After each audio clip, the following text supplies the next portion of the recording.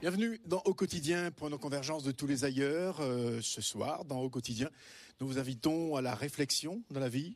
Dans le quotidien, il y a des hauts et des bas, et nous décidons de prendre un temps pour le débat, parce qu'il y a des sujets qui restent tabous, il y a des voix qui se prononcent pour amplifier la voix des sans-voix. Ce sont des artistes, parfois ils prennent le temps de la réflexion, parfois leur voix porte beaucoup plus loin, et c'est une voix qui fait bouger les lignes. Nous allons en parler ce soir autour d'un sujet lié à la maltraitance des enfants et à l'inceste en général. Bienvenue dans Au Quotidien. Je vous rappelle que pour participer à cette émission, vous pouvez nous écrire à auquotidien@rfo.fr.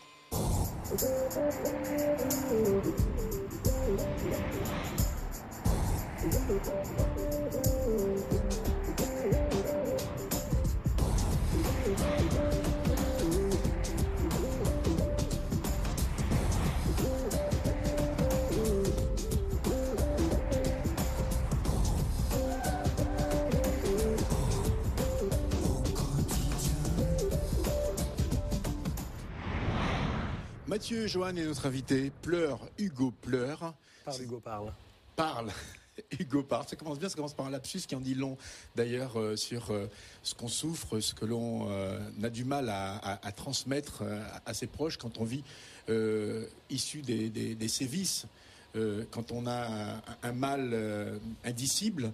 Vous avez eu les projecteurs braqués sur vous, vous auriez pu continuer votre petit bonhomme de chemin, essayer d'évacuer votre vécu personnel. Vous avez décidé plutôt de faire cause commune et d'être, vous aussi, à votre tour, une voix des sans-voix, parce que vous savez de quoi vous parlez. Je crois que c'est important déjà de mettre au profit d'une association comme La Voix de l'Enfant, dont je suis l'un des humbles ambassadeurs, cette notoriété naissante. Je trouvais que c'était légitime, en tout cas, de m'engager à leur côté. Ayant moi-même été un enfant victime de viol entre l'âge de 7 et 10 ans, je pensais que c'était le sujet le plus... qui me concernait le plus, évidemment, quoi. Donc ça a été un engagement naturel aux côtés des gens qui travaillent sur le terrain. Carole Bouquet, de Bruno Solo, que les gens connaissent beaucoup mieux. Bruno Solo, vous le connaissez vous aussi, c'est ici, parce que moi je vous ai découvert sur Internet en travaillant sur cette thématique, et je me rends compte que finalement les artistes apportent de l'eau au moulin, parce qu'il y a un besoin de parler. Et on se rend compte que nombreuses sont les jeunes filles qui, à l'issue de cette chanson que vous avez publiée en 2004, s'identifient à ce que vous décrivez à travers votre chanson. Heureusement, et déjà, c'est bien qu'un acteur de renommée comme Bruno Solo en parle, puisque le sujet est très tabou. D'ailleurs, on en a parlé un peu avec Mathieu Johan, on sait que ce sujet il est super tabou, tout ça. Et donc Bruno Solo a participé à mon clip vidéo en 2004, Il fait froid. Et ça met un fervent défenseur de la cause. Donc voilà, par l'intermédiaire de La Voix de l'Enfant, moi j'ai des contacts aussi avec différentes associations, comme Vivre contre l'inceste, C'était fou, tout ça, des gens qui sont concernés, des victimes. Et on est là pour essayer, enfin moi personnellement, j'essaie de donner un peu d'espoir à ces gens par rapport à cette chanson. Et voilà, c'est un truc qui me touche beaucoup, surtout quand on fait du mal à un enfant, quoi. Il faut vraiment qu'on dénonce ces choses, quoi. Isabelle Aubry, la première fois j'avais 6 ans, c'est le titre de votre ouvrage. Oui. Et bien évidemment, contre l'inceste, vous n'aurez de cesse de vous battre. Vous avez monté une association qui tenait son premier colloque à Paris le 4 octobre. Oui, tout à fait. Aujourd'hui, on va essayer de faire avec vous un état des lieux sur la prise de conscience, le partage des témoignages, mais également sur le chemin qui reste à parcourir, tant dans le milieu associatif que de la prise de conscience du commun des mortels sur l'atrocité qu'on représente dans la vie d'un enfant, une intrusion aussi violente à 6 ans, dites-vous. Oui, et en fait, depuis que ça m'est arrivé, oui, j'avais 6 ans, j'ai porté plainte à 14 ans. Et j'ai pas du tout l'impression que les choses aient changé en France. On est toujours à l'âge de pierre. Et c'est très dur de bouger les pierres en France. Il y a des pays qui sont un peu plus dynamiques. J'aimerais qu'on prenne exemple sur eux, comme le Canada. Mais il faut une volonté politique forte. Et ça, pour l'obtenir, je ne sais pas encore. J'ai pas trouvé la solution. À travers votre parcours, votre calvaire, le mot n'est pas trop fort, ça nous expliquer quelles sont les raisons d'espérer pouvoir protéger nos enfants. et nous dire comment se porte aujourd'hui votre association qui, je me suis laissé dire, a beaucoup d'écho dans l'outre-mer, où il y a une espèce d'omerta, le sujet est tabou et difficile. Peut-être allez-vous pouvoir en témoigner, Génie Hippocrate. Vous avez eu l'occasion de côtoyer quelqu'un et à travers son témoignage, de publier un ouvrage qui s'appelle « Papa aimait trop son bébé ». C'est ça, donc c'est l'histoire d'une jeune fille qui est arrivée, qui a fait une intrusion, je dirais comme ça, dans mon cabinet, et avec des troubles psychologiques, dédoublement de personnalité. Et cette fille, entre 14 et 17 ans, a été violée par son père sous couvert de la religion. Là, c'est encore pire. Hein. C'est Dieu qui a demandé de faire ça. Et donc, voilà, donc je raconte l'histoire de cette jeune fille. Et entre-temps, les gens qui savaient que j'écrivais cet ouvrage, d'autres sont venus porter leur témoignage. Donc, il y a en fait 11 histoires dans ce livre. Bien. Alors, Maud Guicholet, nous avons eu l'occasion l'année dernière, l'occasion de la sortie de votre livre, de vous donner la possibilité de montrer la résilience possible et les difficultés à se reconstruire après un drame comme celui-là. Et également mettre en lumière les difficultés à partager une vie normale avec ses propres enfants. Oui. Jusqu'à ce qu'on arrive à libérer la parole et à recommencer une vie normale.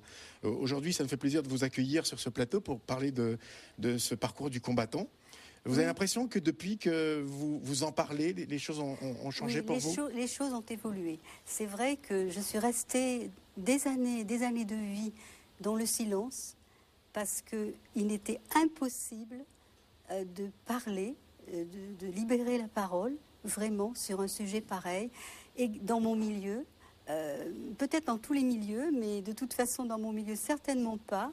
Donc il a fallu, au contraire d'Isabelle, qui a peut-être eu l'occasion, parce qu'elle est plus jeune, de faire une association et tout, moi je me suis trouvée toute seule face à l'indicible total. C'est-à-dire vraiment quelque chose de totalement secret.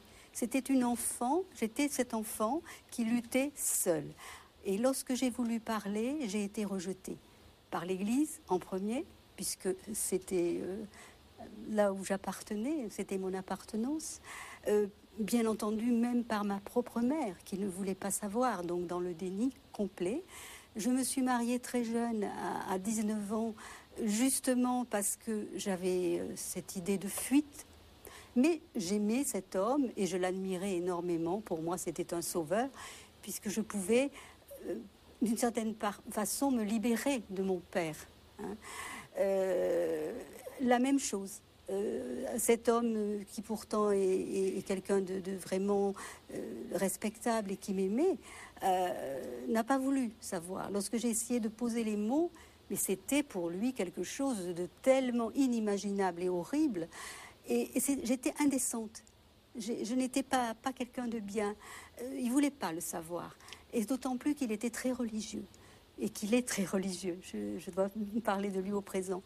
Il est très religieux. Donc j'étais sale, j'étais pourrie. Qu'est-ce qui s'est passé ? Je suis rentrée en mariage comme on rentre au couvent, comme on rentre en religion pour me purifier. Je suis donc devenue une femme, entre guillemets, parfaite.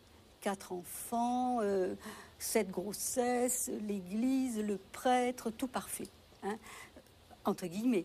Mais j'étais tout le temps malade, j'étais tout le temps, évidemment, dépossédée de moi-même, puisque je me fabriquais une personnalité comme l'on voulait que je sois, puisque j'étais dans la culpabilité, la honte, le péché, j'étais forcément pourrie. Et avec mes enfants, ce qui s'est passé plus tard, c'est qu'effectivement, par rapport à eux, lorsque je me suis permise de changer, et ce changement, c'était quoi ? C'était oser peindre, oser avoir mon atelier de peinture, puisque mais c'est comme ça que j'ai transformé. On va résumer en disant réapprendre à vivre, avec toutes les difficultés que ça comporte, parce que vous ne trouviez pas sur votre chemin des... Non, mais seule, certes, mais c'est là que j'ai commencé ce qu'on appelle la résilience. C'est-à-dire refuser d'être victime toute ma vie. Refuser de ne rien aussi donner aux autres. Qu'est-ce qu'on transmet si on transmet seulement à vie, toujours parler d'être victime ? J'ai voulu montrer un autre chemin. Voilà, essayer. Merci pour ce témoignage, Mogui Chollet. Je rappelle le titre de son ouvrage, L'orteil de mon père. Et puisque nous parlions des artistes, nous recevions sur ce plateau Marc-Antoine, qui évoque avec nous un triste novembre, encore une histoire d'inceste. Écoutez.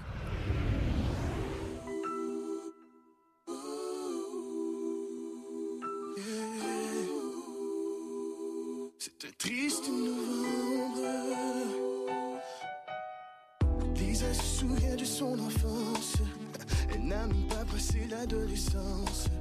Elle souhaite que tout cela ne soit qu'un rêve, pour chasser l'image qu'elle a de son père. Lisa se souvient de toutes ces nuits qu'il entrait dans sa chambre sans faire un bruit. Il lui disait qu'il serait toujours là, mais ne pensait pas qu'il serait sous ses draps. Tous les soirs elle tremble, chaque fois qu'il le pense, que c'est son père qui viendra pour l'aborder.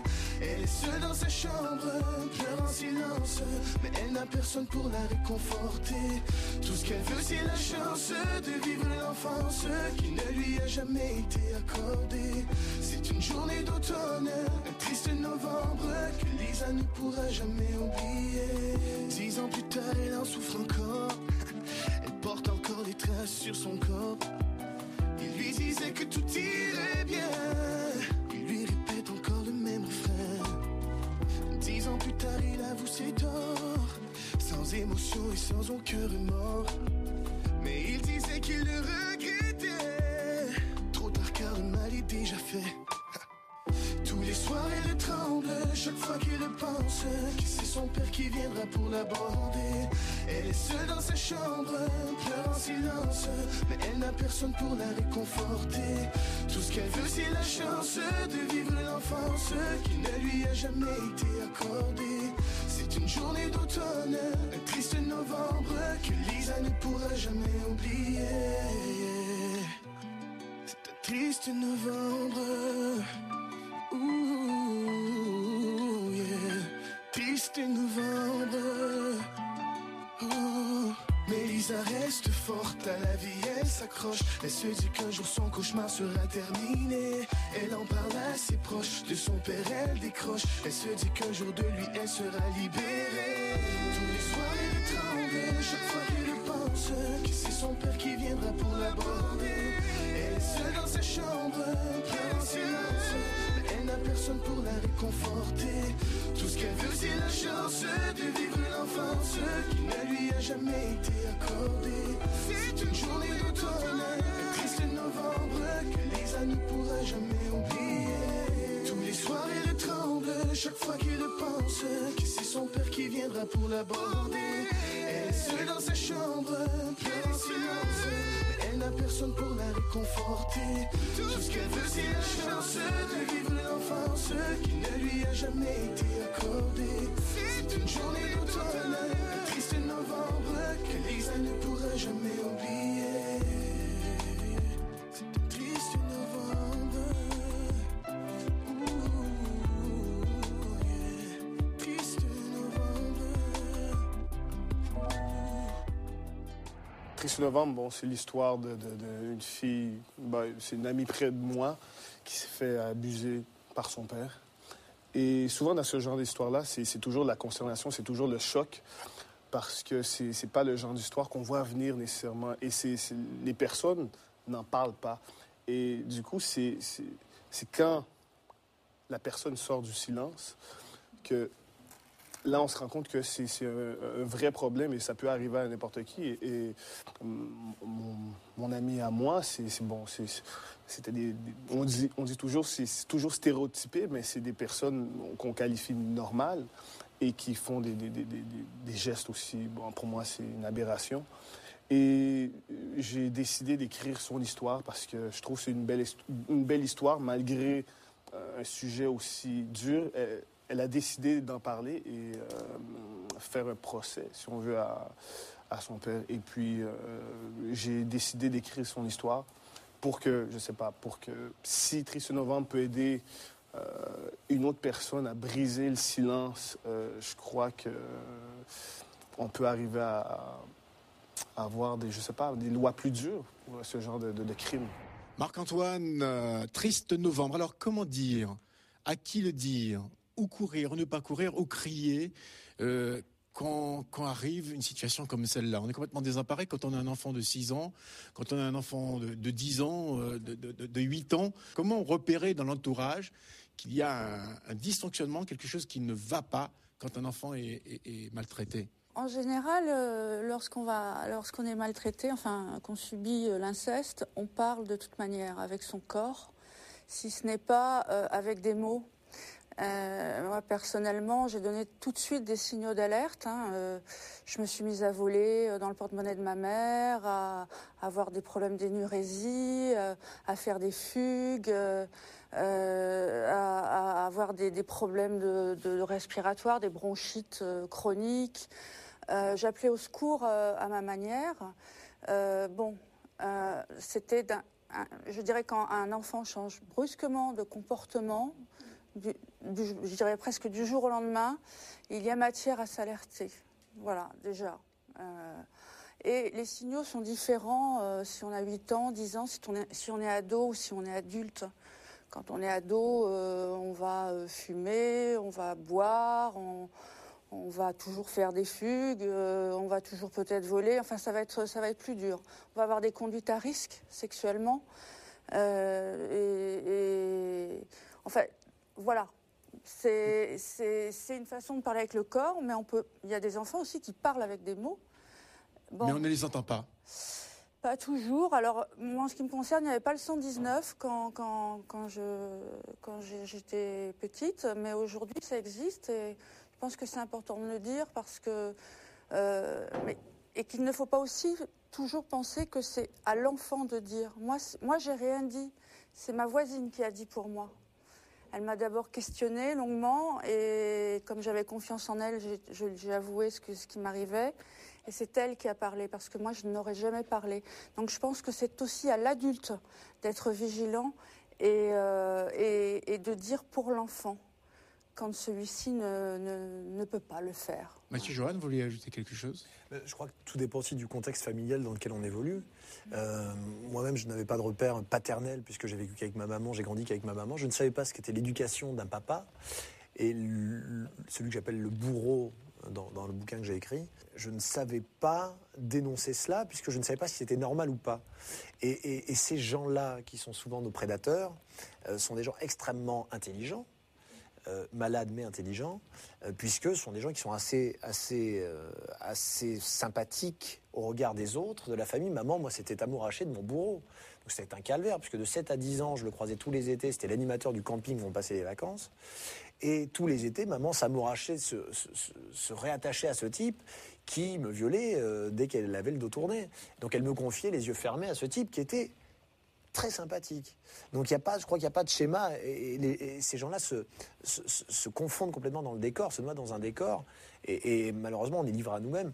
Parler, c'est évidemment une chose terrible parce qu'on se sent, et c'est ce que je crois, c'est notre point commun à tous, on se sent victime parce qu'on ne sait pas où est le bien et le mal quand on est enfant. Est-ce que vous avez un conseil à donner à tous ceux qui aujourd'hui nous écoutent et vivent dans cet enfermement ? Je crois, parler, quand on peut parler. C'est ça, c'est le titre du single qu'on a sorti notamment. Ouais. Mais c'est très difficile à un enfant. Le malheur, c'est qu'on ne parle pas, on ne peut pas. D'abord, on ne vous entend pas parce que très souvent, les gens pensent que les enfants affabulent. On peut même aller jusqu'à vous rendre coupable lorsqu'on est une fille, surtout. Même un enfant, mais c'est toi qui... c'est ta Voilà, qui allume, c'est le mot est vilain, mais c'est presque vrai. Tout au moins quand on est plus âgé, on peut aller jusque-là. Mais une petite fille, une enfant ne sait rien. Mais tout est faussé, si vous voulez. Les rapports sont complètement faussés. On n'est plus dans la normalité, de toute façon. Oui, on est rejeté. Et puis on ne se sent pas capable aussi de... Enfin, moi, je me sentais incapable d'avouer. Moi, on a su, j'ai pas parlé. Un jour, le téléphone a sonné à la maison. C'était le papa d'un de mes camarades de vacances qui a appelé à la maison, qui m'a demandé si j'allais bien. J'étais surpris de cette question et j'ai tout de suite compris que ça y est, on était démasqués. Et je me suis senti coupable de chambouler la vie de famille parce que ça a des conséquences dramatiques dans la famille. Ça chamboule tout. La maman se sent coupable, l'entourage se sent coupable de rien avoir vu. On se sent honteux, on se sent perd mal dans sa peau, je crois. Et c'est encore une fois un point commun à toutes les victimes. Ouais, pourri, moi je me disais pourri. Ouais. C'est ici, vous voulez ajouter quelque chose? Moi, ce que je remarque, c'est que la plupart des enfants victimes de l'inceste, ils ont souvent la même histoire. C'est-à-dire que le père est, voilà, comme il dit, un bourreau, que c'est super tabou. Moi, je dis dans ma chanson que la parole d'un enfant est peu crédible à leurs yeux. C'est-à-dire, je parle autant des médias, des juges, tout ça. C'est vrai qu'on n'entend pas parler et qu'on devrait plus communiquer sur ça, parce que toucher un enfant, c'est horrible, tout simplement, quoi, tu vois. Et voilà, donc faut vraiment qu'il y ait un grand pas et que dire les choses, à mon avis, dire les choses plus crûment et sans passer par 4 chemins, dénoncer vraiment ces choses. Mais les gens, les médias, ils te laissent pas parler de ce sujet parce qu'il est un peu dur, quoi, tu vois. Et je trouve ça super dommage, quoi. À ce propos, par exemple, la voix de l'enfant avec le collectif d'artistes mobilisés, sensibilisés qui vous accompagnent dans ce titre Parle, Hugo parle. Vous avez senti qu'il y avait des difficultés pour mettre sur la place publique ces pratiques Ouais, c'est hyper compliqué aujourd'hui de parler du viol de l'enfance maltraitée plus généralement. On a eu énormément de mal. Déjà, alors réunir les artistes, ça n'a pas été simple parce qu'ils sont, pour tout un tas de raisons, hyper sollicités par les Restos du Cœur, par la lutte contre le sida et j'en passe. Il y a plein de bonnes raisons de se mobiliser quand on est un peu connu. Et on est très sollicité dans ce cas-là. Ça a été compliqué surtout de médiatiser la chanson. Parce qu'aujourd'hui, je crois que les radios s'intéressent assez peu finalement au sujet, que c'est un sujet qui fait peur, comme notre ami le disait. Ça dérange énormément. On a fait quelques émissions de télé, mais je sens bien la réticence où quand les gens en parlent, c'est d'une façon un peu voyeuse, comme ça, un peu malsaine. Moi, il y a plein de débats auxquels je ne veux pas participer à la télévision, parce qu'on rentre dans des débats qui manquent beaucoup de pudeur à mon goût. Et je n'adhère pas à cela. La Voix de l'enfant mène une action militante un peu contre l'enfance abusée et déviée. On essaie de le faire en haussant un peu le ton, en haussant la voix. D'ailleurs, j'aurai tout à l'heure à dénoncer un peu le manque d'intérêt que suscite le combat aujourd'hui de la Voix de l'enfant, notamment auprès du ministère de la Justice, du ministère de la Santé, qui ne réalisent absolument pas, qui sont en dehors de toutes les réalités. Aujourd'hui, dans ce pays, l'enfance est complètement livrée à elle-même. C'est un scandale. Alors, ce que je vous propose, Mathieu Johan, c'est d'écouter ce collectif d'artistes autour de vous pour cette chanson pour la voix de l'enfant. Avec plaisir, mais je voulais juste dire un truc, c'est que aujourd'hui, la réalité, elle existe. Il y a des enfants qui sont tous les jours victimes d'inceste, de viol, de maltraitance, qu'il va être temps de se bouger le cul un petit peu, je suis désolé d'être trivial, mais cette chanson, c'est du foin. Voilà, c'est-à-dire qu'on a fait une super chanson, on est très content de ça, 26 artistes se sont mobilisés, Sylvie Vartan, Faudel, Cali, Tété, plein de gens très différents, et je les remercie infiniment d'être venus. Aujourd'hui, on fait de la musique, ça nous permet de récolter de l'argent pour faire avancer l'association. Mais il va falloir prendre le problème à bras-le-corps, il va falloir que les gens se réveillent, parce que la réalité existe, elle est pourtant sous nos yeux, et l'État, les pouvoirs publics s'en foutent complètement. Voilà. Alors, ce que je vous propose, Mathieu Johan, nous y reviendrons dans un instant, puisque vous êtes impliqué de la vie associative, vous aussi. Nous avons vu combien certains artistes, pas pour une question de notoriété, mais pour une question d'engagement dans la vie, et puis parce que c'est aussi l'aboutissement d'une vie d'artiste, et c'est aussi de faire bouger les lignes, de faire bouger les choses, parce qu'on a une voix qui porte, c'est un travail, c'est le travail de l'artiste.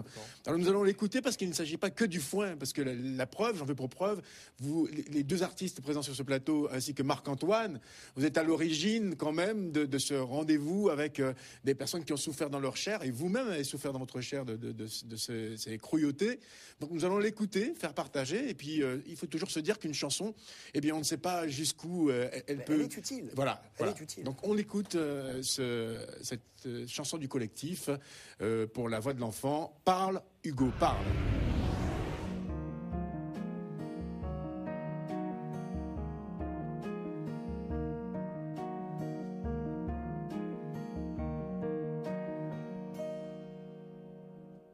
Dans le silence du go, il y a des rêves endormis. Des chevaliers, des châteaux et des ombres dans son lit. Dans le silence du go, il y a deux drôles d'amis qui lui offrent des Legos et qui lui font peur la nuit. Elle est jolie sa chambre et maman qui chantonne. Anakin fait le guet à côté de la porte. Un Jedi en plastique, ça fait pas fuir un homme. Il entre, Anakin tombe et la lumière est morte. Parle, Hugo, parle. Le silence est une armure qui se tourne contre toi. Parle, Hugo, parle. C'est une déchirure qui te sépare de toi. Parle, Hugo, parle. Même si c'est difficile, tu peux si tu y vas. Parle, Hugo, parle. Il n'y a pas qu'Anakin, tu dois compter sur toi. Sur toi.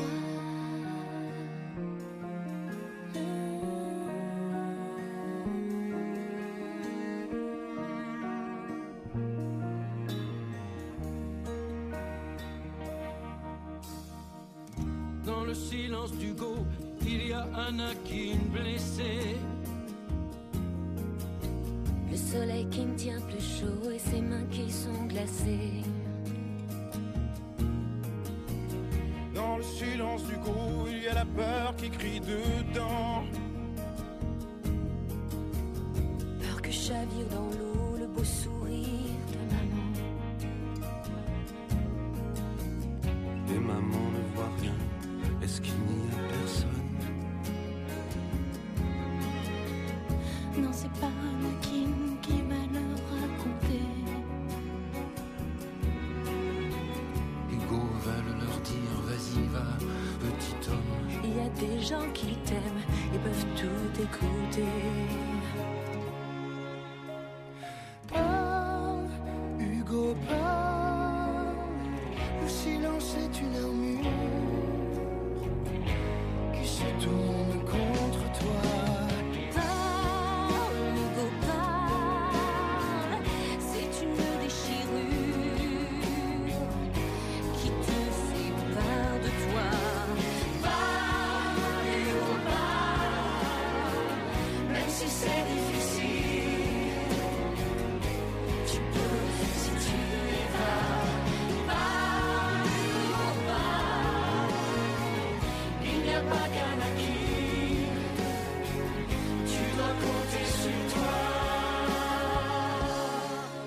Sur toi.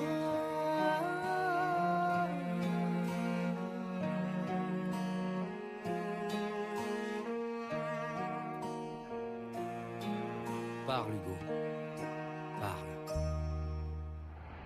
Parler, mais dans quelles conditions? Qui écoute et comment valoriser la parole de l'enfant pour qu'un enfant n'ait pas, par exemple, à subir un nouveau calvaire, celui de raconter 50 fois le même drame? Comment ça se passe concrètement aujourd'hui dans les cellules d'écoute? Là encore, hein, c'est aussi le travail de l'association, on en parlait tout à l'heure avec Isabelle, mais la Voix de l'enfant a créé quelque chose, je crois, d'utile en ouvrant des unités d'accueil médico-judiciaire qui permettent aux enfants de ne raconter leur calvaire qu'une seule fois, contrairement à avant. Je pense que c'est encore un point commun. Quand il fallait qu'on raconte notre histoire, on le faisait souvent face à des gens assez peu préparés à cela, qui avaient un langage assez cru, assez peu adapté à l'enfance.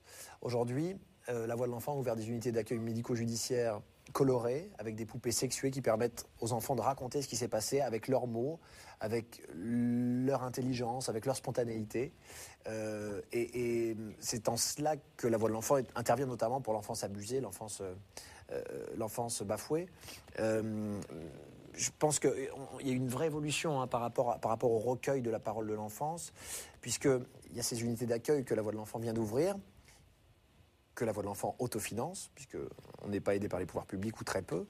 Et puis aujourd'hui, il y a aussi une deuxième phase d'écoute, c'est que les enfants maintenant sont reçus aussi dans les tribunaux et non plus à faire à leur violeur physiquement, mais grâce à des écrans de télé, ils sont dans des pièces distinctes, éloignées.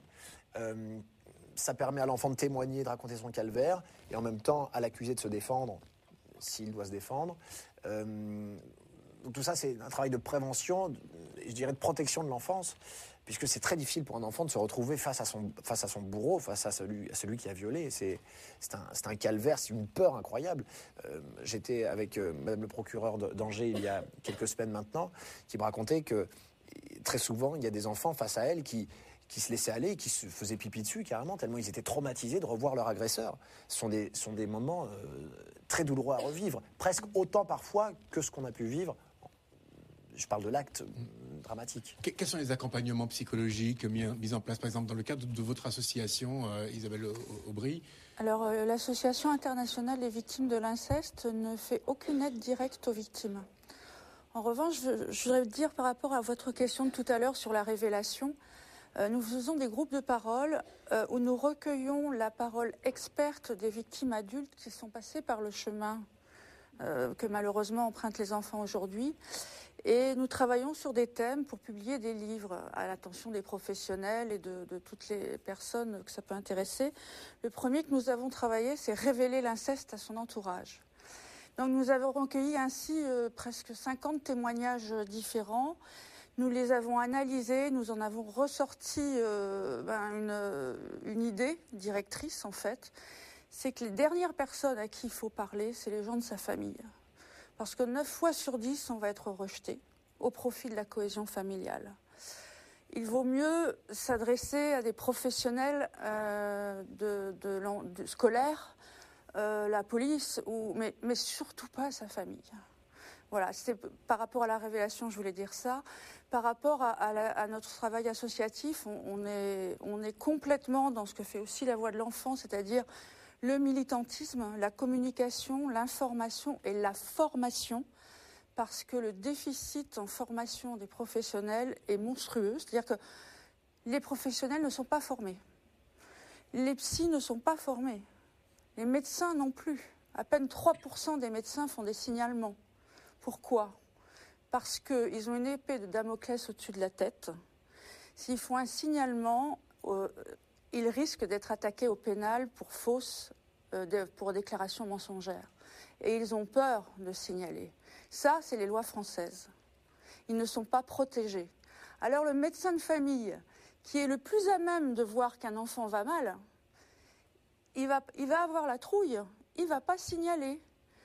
Moi, j'ai vu des pédiatres qui m'ont dit l'inceste, ah oui, j'ai plein de cas, mais je ne sais pas quoi en faire. Parce qu'ils n'ont pas de formation. Mais ce sont des situations qui peuvent changer parce qu'une décision sur le plan législatif peut faire évoluer les choses. Je veux dire, des volontés affirmées, affichées, on fait évoluer, par exemple, la législation sur les femmes battues, par exemple, aujourd'hui. Oui. En fait, ce qui se passe, puisque tout à l'heure là, vous avez parlé des pouvoirs publics, pourquoi les gens sont heurtés justement à l'inertie des pouvoirs publics? Ça, je le dénonce ouvertement. C'est parce que très souvent, ces violeurs sont des gens, ces pédophiles sont des gens qui font partie de cette société, de la haute société. Et ça, je veux le dire, c'est écrit dans mon livre, d'accord? Dans les témoignages que j'ai recueillis, il y a le père, c'est un juge, il y en a un autre, le père, c'est un avocat, un autre, le père, c'est un médecin, un autre, le père, c'est un chef d'entreprise. Donc, quand on est heurté à tout ça, donc on ne peut pas avancer. En fait, je me dis que c'est un système de corporatisme. Ils se couvrent entre eux, ils savent que ça existe. Moi, j'étais, lors d'une conférence, pour autre chose, j'étais en train d'observer un monsieur qui racontait à un autre comment il violait, il couchait, en gros, pour lui, c'était pas un viol, avec sa nièce qui avait 17 ans. Et il disait, mais il y a l'adage qui dit aux Antilles, on ne va pas nourrir les chevaux pour, je ne sais plus comment on dit ça, pour les autres. Donc quand on nourrit les chevaux, c'est pour les monter soi-même. D'accord? Parce qu'il avait la garde de sa fille. Mais c'est monstrueux. Et ces gens-là, ils rigolaient. Et pourquoi? C'était des gens très bien placés, entre guillemets, socialement. C'est pour ça qu'il y a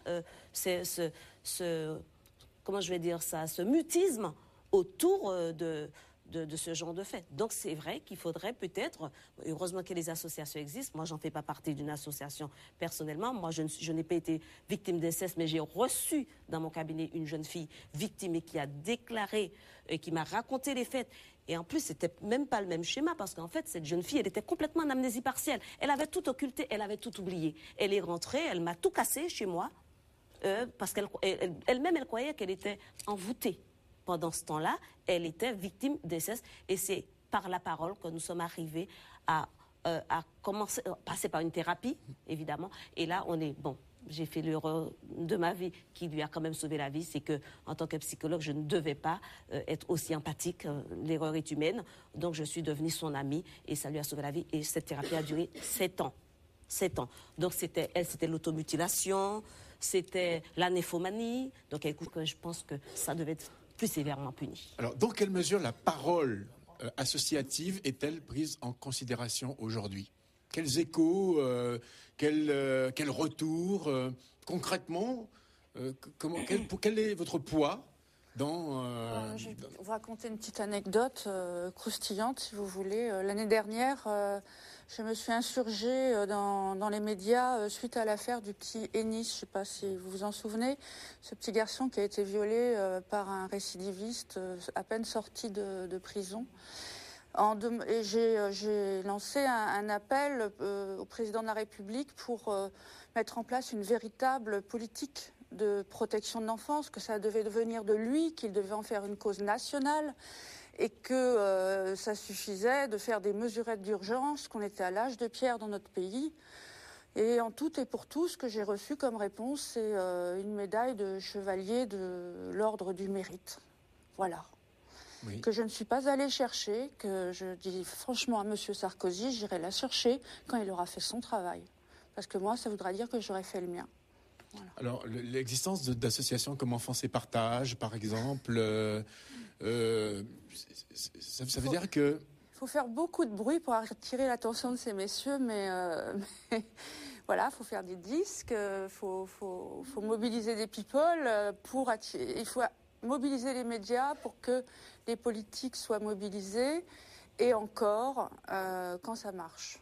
Ça vous révolte, Mathieu Joanne ? Moi, je suis révolté parce que je crois qu'à chaque fois qu'on entend parler d'une histoire de viol, d'inceste, de maltraitance, à chaque fois, ça nous rappelle à notre propre histoire. À chaque fois que j'entends parler de ça, ça me fait du mal. À chaque fois, ça me fait souffrir. À chaque fois, ça me rappelle des souvenirs qui ne sont pas heureux. Moi, je suis scandalisé parce que je vois l'attitude aujourd'hui d'une Rachida Dati, par exemple, qui reste complètement muette au sujet de l'enfance abusée. Je suis étonné qu'une femme qui aujourd'hui est ministre de la Justice, une femme de surcroît, ne se sente pas plus concernée, enceinte, ne se sente pas plus concernée que ça par l'enfance abusée, maltraitée, bafouée. Parce que c'est certes aussi à nous de faire bouger les choses, mais j'aimerais bien que cette Rachida Dati, par exemple, un jour...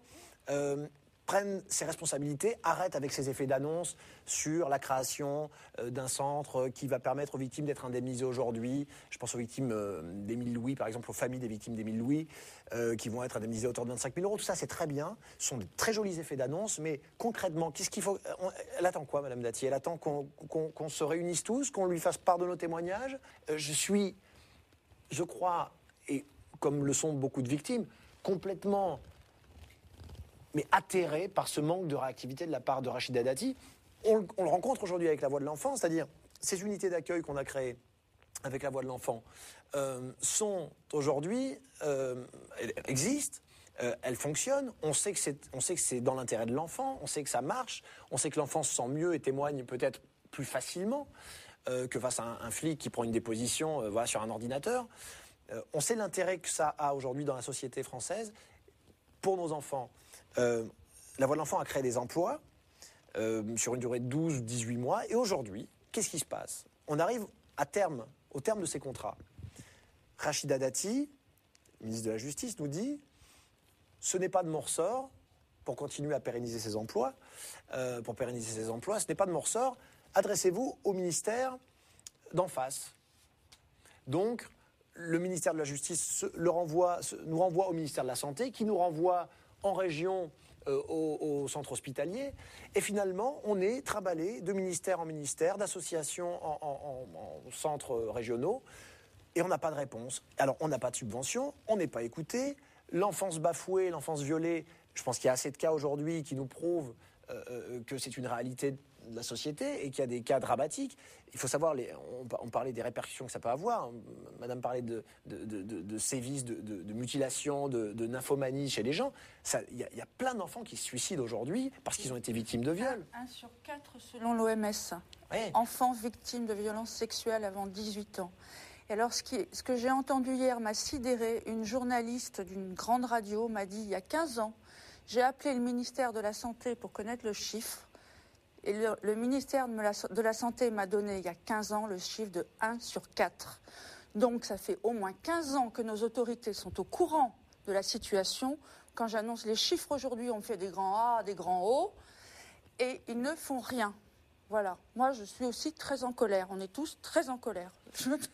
Et on est très en colère, on le dit, et ça ne suffit pas. C'est-à-dire car je ne sais pas ce qu'il va falloir qu'il se passe pour qu'à un moment les gens réagissent. Et je suis désolé que ce soit aussi peu une priorité pour Nicolas Sarkozy et son gouvernement. C'est-à-dire que les générations de demain, on a le droit de les violer encore, on a le droit de s'en foutre. Voilà, je suis atterré.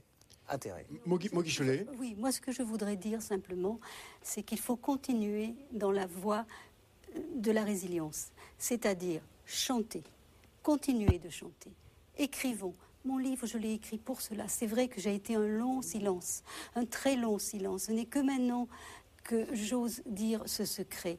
Mais de le dire fait du bien aux autres. Parce que ceux qui lisent mon livre, ils se disent « Ah, il y a des moyens. Elle aussi, elle a subi. Nous avons subi d'une manière différente, mais la même. Hein. Le viol, c'est la même chose. Mais ce que je voudrais dire, c'est que, je ne suis pas morte. Mais morte intérieurement. J'ai inventé mes thérapies toutes petites. Je les ai inventées. Comment j'ai fait? Peut-être ça m'a été donné. Est-ce que j'ai eu ce courage ou cet élan, ce souffle que j'appelle ce souffle? Mais je me suis mise toute petite à chanter, à danser, à peindre, à faire de la décoration florale déjà toute petite, et écrire des petits poèmes. Et ces choses-là m'ont sauvée, je puis dire, de la mort. Bien sûr, mais vous en êtes sorti, oui. Mais ce n'est pas le cas de tout le monde. Oui, mais il faut le dire. Bien sûr, et c'est très important. Nous sommes d'accord. Il faut le dire. Il faut le dire que ça existe, parce qu'on a deux choix dans la vie. Et je peux dire que j'ai eu, pas que l'inceste, la mort de l'enfant, c'est quelque chose de terrible aussi. Ça m'a aidée, parce que je crois qu'on a deux voies, on a deux routes. Ou on reste toute sa vie une victime, ou on invente une force de vie que l'on donne à l'autre, que l'on nourrit. Et ça, c'est aussi une aide pour les associations comme les vôtres. Alors, je suis tout à fait d'accord, mais je me permettrai de rajouter que le problème fondamental des victimes de viol et d'inceste, enfin de pédocriminels et d'inceste, c'est que soit nous sommes tellement cassés, tellement isolés, tellement seuls dans notre coin, que finalement nous ne représentons rien électoralement pour les pouvoirs publics. Donc nous, à IVI, nous avons décidé de fédérer les victimes, de dire maintenant qu'on se regroupe, comme les victimes de l'amiante, du sida, du cancer, qu'on représente quelque chose, et parce qu'on est plus nombreux que les chômeurs et les chasseurs réunis. Hein. Quand les chasseurs invitent les présidentiables, ils viennent. Parce qu'ils sont 2 millions, les chasseurs. Nous, on est plus de 2 millions. Donc, on n'a qu'une chose à faire, se mobiliser électoralement. Et là, peut-être, on nous écoutera. Parce que je ne sais pas comment, sinon, c'est possible. Si on ne représente pas une monnaie, quelque part, dans notre pays, c'est cru ce que je dis, si on ne représente pas une monnaie électorale, on n'est pas écouté. Alors, comment entrer en contact avec votre association, site internet? aivi.org. Nous avons décidé, pour fédérer les victimes, de créer des groupes de parole, non pas à visée thérapeutique, mais pour recueillir l'expérience experte des victimes et en faire des livres. Et aussi pour, dans toutes les régions de France et aussi en Outre-mer, Il y a un groupe qui devrait se créer en Guyane. Il nous manque une deuxième personne pour le créer, donc je lance un appel. À Genève, on ouvre un groupe. On va en ouvrir. C'est les victimes, les proches de victimes qui les ouvrent pour parler entre nous et puis devenir des groupuscules. Et les groupuscules font un grand groupe. Et j'espère que... Je suis d'accord avec madame pour l'écriture, parce que depuis la sortie de mon livre, du courrier, j'en ai reçu énormément. De petites filles, de petits garçons, mais beaucoup. Des enfants qui n'osent pas parler, qui ont retrouvé mon adresse sur Internet et qui m'ont écrit. Et justement, tous ces courriers, je dois les porter, surtout au niveau des Antilles, puisque je suis d'origine martiniquaise, je dois tous les porter au Conseil général. Vous voyez, en Martinique, déjà ce qu'on pourrait faire. Peut-être que votre association pourrait, puisque moi, comme je dis, je ne fais pas partie d'une association. C'est une voix communaute pour libérer la parole, ce que vous disiez tout à l'heure. Le pouvoir des mots, le pouvoir de la parole. Et à mon petit niveau, je puis le dire, parce que depuis que j'ai écrit ce livre, mes enfants sont vraiment, comment dire, admiratifs. Alors que ils pensaient que vraiment c'était quelque chose de tellement sale, que c'était pas pensable, que leur mère, eh bien voilà, c'est à un tout petit niveau, c'est un grain de sable, mais peut-être que d'autres personnes, face à l'écriture, à la manière, je crois que vous êtes d'accord, mon style est poétique aussi, donc je l'ai fait léger pour pas peser en plus, parce que si on ajoute des lourdeurs à des lourdeurs, ça devient impudique, comme vous le disiez très bien, et ça n'apporte rien à l'autre. Alors, si vous permettez, Mogui Chollet, je dirais qu'en écoutant vos témoignages, on sent bien que d'une manière ou d'une autre, vous avez réussi à vous reconstituer pour mordre à pleines dents dans la vie. C'est votre cas, Mathieu Joanne. On sent bien que vous êtes épanoui dans votre art. Cécile est à l'écoute également. C'est un rappeur. Bien sûr, vous êtes un rappeur, on est loin des caricatures. Voilà. Exactement. Donc ça veut dire que dans la société, on peut se pencher sur les problèmes de fond. Et ce que nous souhaitons tous, c'est qu'il y ait de moins en moins de victimes sur des plateaux de télévision pour porter un témoignage du calvaire qu'ils ont dû subir parce qu'on n'a pas été suffisamment attentif. Et comme le dit d'ailleurs Carole Bouquet, protéger les droits de l'enfant aujourd'hui, c'est la meilleure façon de garantir les droits de l'homme demain. Donc j'espère vraiment que, à votre niveau, dans le cadre des associations, à travers les livres que vous publiez, à travers les chansons qui sensibilisent, eh bien, il y aura un moment où des décisions concrètes seront prises pour protéger les enfants, parce qu'il s'agit bien de cela. Ouais. Alors, nous ne ferons pas l'indécence de parler de l'actualité artistique de chacun de vous. On l'a bien compris. Vous serez bien sûr les bienvenus sur ce plateau pour en parler le moment venu. Je vous remercie d'avoir participé à cette émission. Puis, vous retrouvez les sites internet de chacune des associations que vous aurez eu l'occasion d'évoquer tout au long de cette émission. Les livres également qui sont affichés juste à côté de moi. Et bien sûr, on se retrouve pour un nouveau numéro de Au Quotidien. Nous terminons avec cette chanson, C'est ici, que j'ai pu découvrir sur Internet. Excellent. Il fait froid. Je vous remercie à tous d'avoir participé à cette émission. Rendez-vous demain pour un nouveau numéro sur France O de Au Quotidien. Merci, au revoir. Il fait froid.